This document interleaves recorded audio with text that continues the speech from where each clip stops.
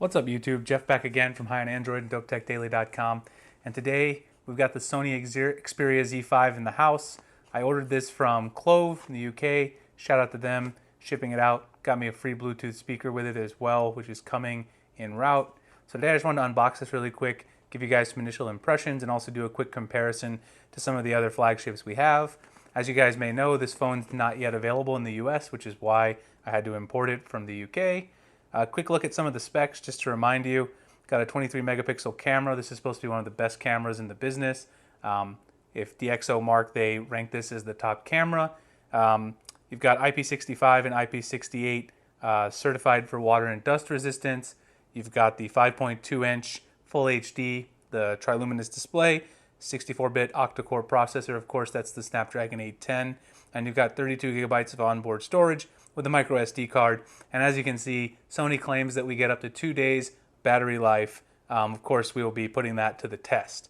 And of course, some of the other features up here at the top, just real quick. I mentioned the triluminous display. You've got 4K movie recording integrating with the PlayStation as well, and the Exmor RS for mobile sensor on the camera. So let's go ahead and get into the box. You guys can see there, pretty simple packaging. I have the gold model, so let's put that to the side here.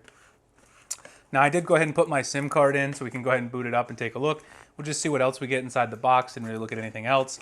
You can see here right on top, it looks like Clove sent me, or Sony included in the packaging. You've got a screen protector. This is just a regular plastic screen protector, not tempered glass or anything like that. So it's good you slap that on there. Just in case you don't have one, I'll probably put it on there until I can get a tempered glass for it. And also they give you a little microfiber cloth in there to smooth everything out and get rid of the dust. So that's a good look. Always good to get a free screen protector right from the manufacturer. Throw that from the side. See what else we get inside the box. See here we've got a micro USB charging cable. Of course, you guys know I've got a million of these, so I'm probably not going to use it. And of course, we've got a power brick here that I can't use because, as you guys can see, this is not the US power brick. So I'll need an adapter, but again, I have plenty of charging ports, power bricks, so I don't really need this either. Some Sony branding on it. And we've got, of course, all the documentation. Let's just see if there's anything interesting. We've got a startup guide. You've got entertainment unlocked, so this tells you about integration with PlayStation. Some important information. This is just, I think, just information about the phone. And then, of course, you've got some FCC statement, declaration for radios, mobile networks, etc. Okay, so none of that's too interesting. One thing I will mention, if you look in the startup guide, it details how to put the SIM card in here. Now, I had a little bit of trouble. We had a little bit of trouble getting the SIM card in. So the SIM card slot on here, put the box out of the way. Let me actually move it down here really quick. And then we'll bring the phone back in. We had a little trouble. Let me get the phone into focus here. We had a little bit of trouble getting the SIM card in here. So I'll show you guys. We pull a little tab right here. You can see here, the SIM card goes in here. There's a little tray that pulls out. So let me see if I can open up this here. So you pull out this little tray here. If you don't have long fingernails, you can see I chipped mine actually trying to get it out. My fiance was able to pull this out with her nails, but it is kind of difficult to get. So you just got to wedge your fingernail under here and then pull it out. You can also put your micro SD card in there as well. So obviously Sony has this here because of the IP68, 65 water and dust resistance. You're going to need this, of course, so that you cover everything up so you get that water and dust resistance. So let's go ahead and take a look at the phone, throw the plastic out of the way there. You can see they've got some plastic around front here, so let's go ahead and peel that off and get a look at this triluminous display. And they've got some plastic on the back as well. Go ahead and peel that off. And you guys can see the nice gold color option that I got. Shines really, really nicely in the light. Now this is a matte gold on the back here, unlike the Sony Xperia Z5 Premium, which is the 5.5 inch option that has the 4K on it. You guys may have seen that one at IFA. That one has a glossy back for the colors. This one is matte, so no fingerprints. I am going to order the Xperia Z5 Premium as well, hopefully from Clove UK, so I'll have that coming as well eventually. But right now we just have the regular Z5. So a couple of things around the sides that you notice. I haven't had an Xperia Z phone since the Z2. I actually wasn't a big fan of the Z2, which is why I didn't get the Z3 or Z4. They've changed the power button layout, so it used to have sort of this power button that poked out the side. It was kind of rough. I didn't like the form of the power button. Now it's sort of flat here. That also houses your fingerprint scanner. so you can use the power button actually as the fingerprint scanner. See, you've got your volume buttons, and of course we still got, as you guys can see right there, the camera icon. This is a dedicated camera button, shutter button for your camera. So that's a good look. It's always nice to have a dedicated camera button. I like that. And then around front, you see that you do have this top and bottom bezels where the Sony logo is housed, and then of course the screen here. So the bezels are relatively large, but the phone still looks really nice. It's definitely got a nice build to it. You see on the other side, we've got the Xperia branding right here. Right there, we got some Xperia branding. And then of course we've got the SIM card and the SD flap, which I showed you guys.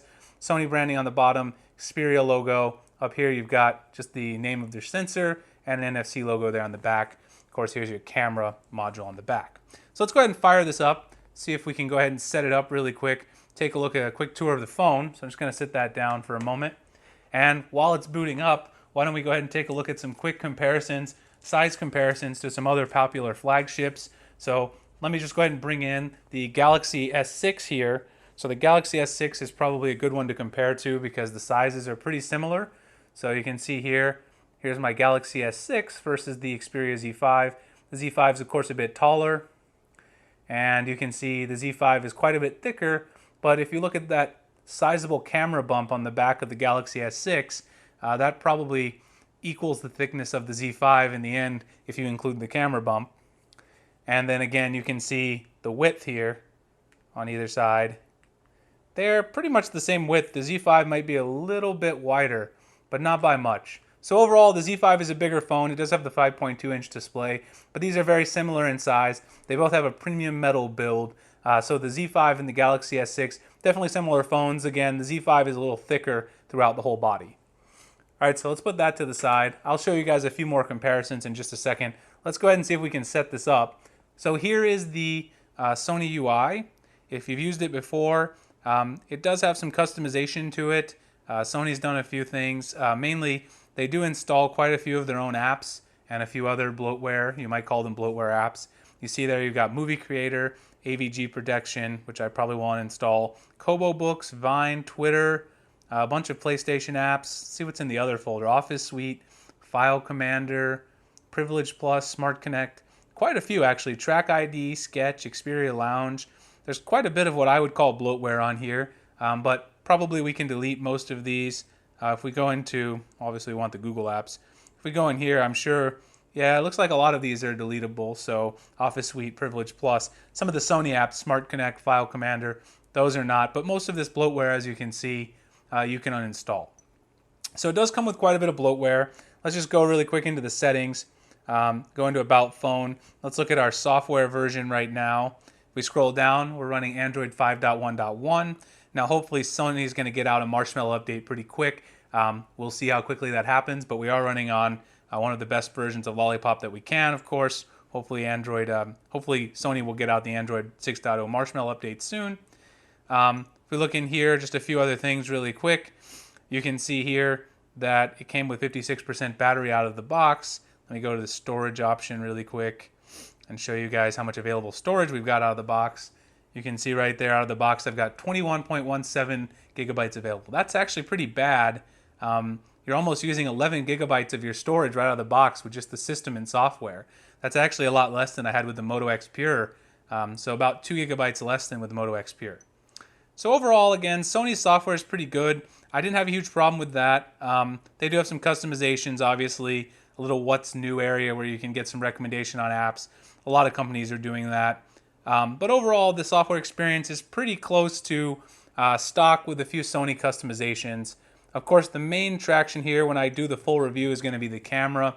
As we all know, camera has been one of the things Sony has excelled at. So we're definitely going to be looking at a lot of the features in here with the camera. You can see there, of course, lots of great features with the Sony sensor. So I'll be testing this out pretty aggressively, taking a lot of shots in low light to give you guys the best review of this camera. I'm really looking forward to trying this out. So I'll definitely have a full rundown of the camera and the full review. I'll also have a look at the fingerprint sensor. Obviously, I need to use it in order to tell you how good it is, but I actually really like the fact that it's built into the home button. I think that's a great place to have your fingerprint sensor. So I'll definitely have a rundown of that on the full review as well. And before I go, I just want to give you guys a few more size comparisons. So let me get out the Note 5 really quick here. So the Note 5 is obviously a bigger phone, just to give you guys an idea. So here's the Note 5 versus the Xperia Z5. You can see the Note 5 is only slightly taller. It's really not that much taller. Obviously, one place where it's going to show its size is going to be the width. You can see the Note 5, of course, is wider. It has the 5.7-inch screen. And then the Note 5 is actually quite a bit thinner. So you can see the Note 5 quite a bit thinner than the Z5. So of course, obviously, these devices have a lot of differences. The home button on the on the Samsung phone, you've got the fingerprint sensor built into the power button on the Sony phone. But in terms of height, the Note 5 really isn't that much bigger physically. It doesn't feel like you're holding that much bigger of a phone, even though it has a 5.7-inch versus a 5.2-inch screen. And then the last comparison I'll give you guys really quick, that I just did the review of the OnePlus 2, so I happen to have this phone handy as well. Here's the OnePlus 2. It's actually about the same thickness, maybe a little thinner than the Z5. Obviously it's taller, as you can see. It's taller because it's got the 5.5-inch screen. And then also, obviously, you can see that it's also a bit wider, just by a little bit. So hopefully that gives you guys some idea of the size. I really love the gold color. My impressions right out of the gate of the Z5. It's a really well-built phone. I like the build quality. Looking forward to playing around with the camera and checking out what Sony's done to improve their software experience. It seems pretty smooth right out of the box. Of course, I got to get some apps on here and really get it popping. And you guys know I'll give you the full rundown in my full review. So if you guys have any questions about the Sony Xperia Z5, feel free to drop those in the comments. Hit me up on Twitter or Google+. I'll be happy to answer them. You guys know I'm going to put this thing through its paces, and then we'll have the Z5 Premium coming up as well next month when it gets here. So I appreciate you guys watching the video. Please follow me on Twitter, Google+. My links are in the description. Hit the like button, please. It would really help out the channel. If you guys haven't subscribed yet, please do so. I'd really appreciate it. And check out dopetechdaily.com and highonandroid.com for more great tech news and giveaways. This has been the unboxing and overview of the Xperia Z5. I appreciate you guys watching, and I'll see you guys in the next one.